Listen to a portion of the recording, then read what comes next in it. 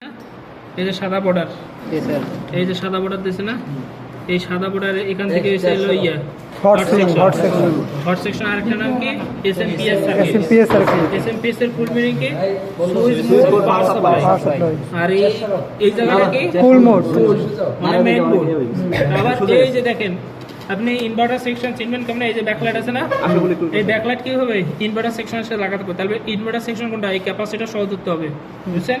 তাহলে কি এই যে ইনভার্টার সেকশন এতটুকু, ঠিক আছে? তাহলে এটা কি ইনভার্টার সেকশন। আর এটা তো মেইন বোর্ড গেল। তারপর অডিও সেকশন কোনটা? এই যে এটা, ঠিক আছে? এই যে স্পিকার লাইন লাগানো আছে। তারপর এখানে দেখেন দুটো পোর্ট লাগানো আছে। এই দুটো পোর্টের কাজ কি? সেটা হচ্ছে যে আমাদের কোনো কারণে এসি সাপ্লাই দিচ্ছি টিভিটা চালু হচ্ছে না।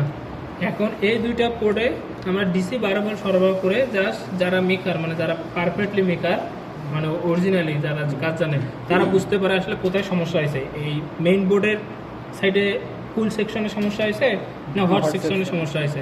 এই যে সেটা এটা 12 ভোল্ট সরবরাহ করে ইনপুট দেয়। 12 ভোল্ট ইনপুট দিলে মানে এই এসি লাইন খুলে 12 ভোল্ট ইনপুট দিলে বোঝা যায় যে হট সেকশনের সমস্যা না কুল সেকশনের সমস্যা, ঠিক আছে? এটার নাম কি? ওটা ইন্ডাক্টর। এটা কোল ইন্ডাক্টর দিয়েছে, এর ভিতরে 12% আছে। আর এগুলো ক্যাপাসিটর।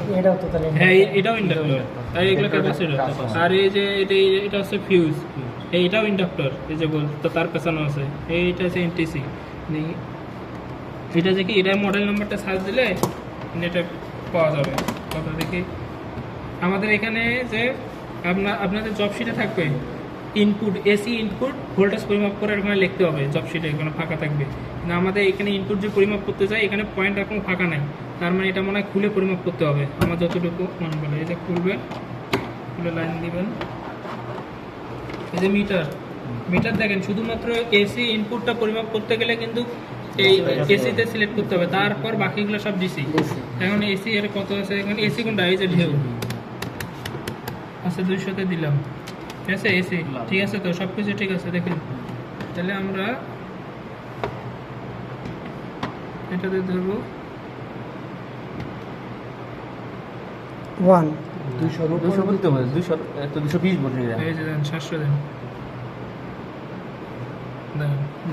কত আছে? 220।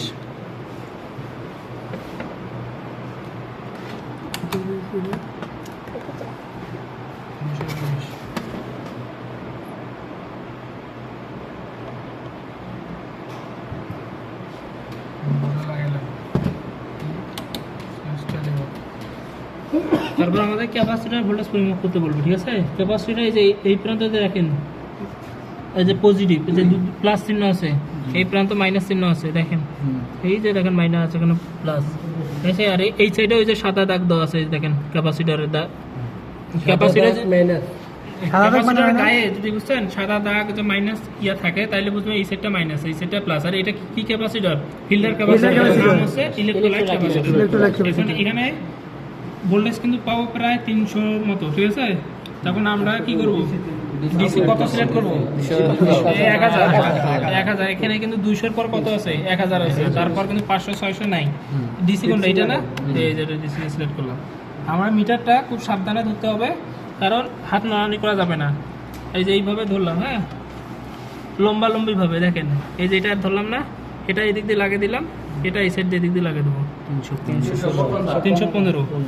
তার মানে ফিল্টার ক্যাপাসিটি পাইলাম কত? 315 এখানে যেটা আছে এটা লিখবো।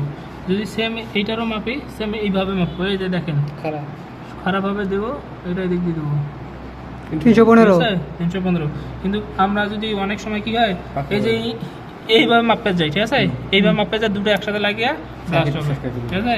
এই জন্য মাপ না, যেটা যেদিক দিয়ে সোজা হবে এটা মাপবো। তারপর দেখি, তারপর ডায়োডের দেখি কোনটা কিভাবে দিছে।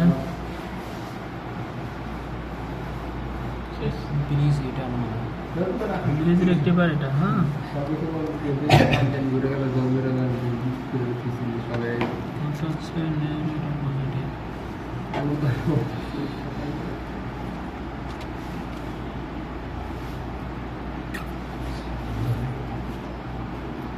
কোন সাইড হট আছে না?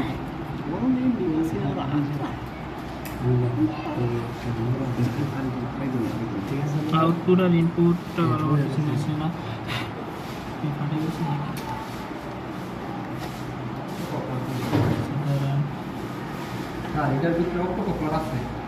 অক্টোকপলা তো প্রত্যেকটা জিনিসেরই আছে ভাই অক্টোকপলা থাকবে অক্টোকপলা থেকে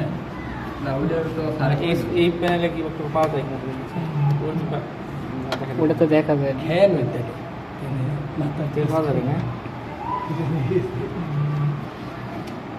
লাস্টে ভিডিওটা এখন ভিডিও চলতেছে নাকি ভিডিও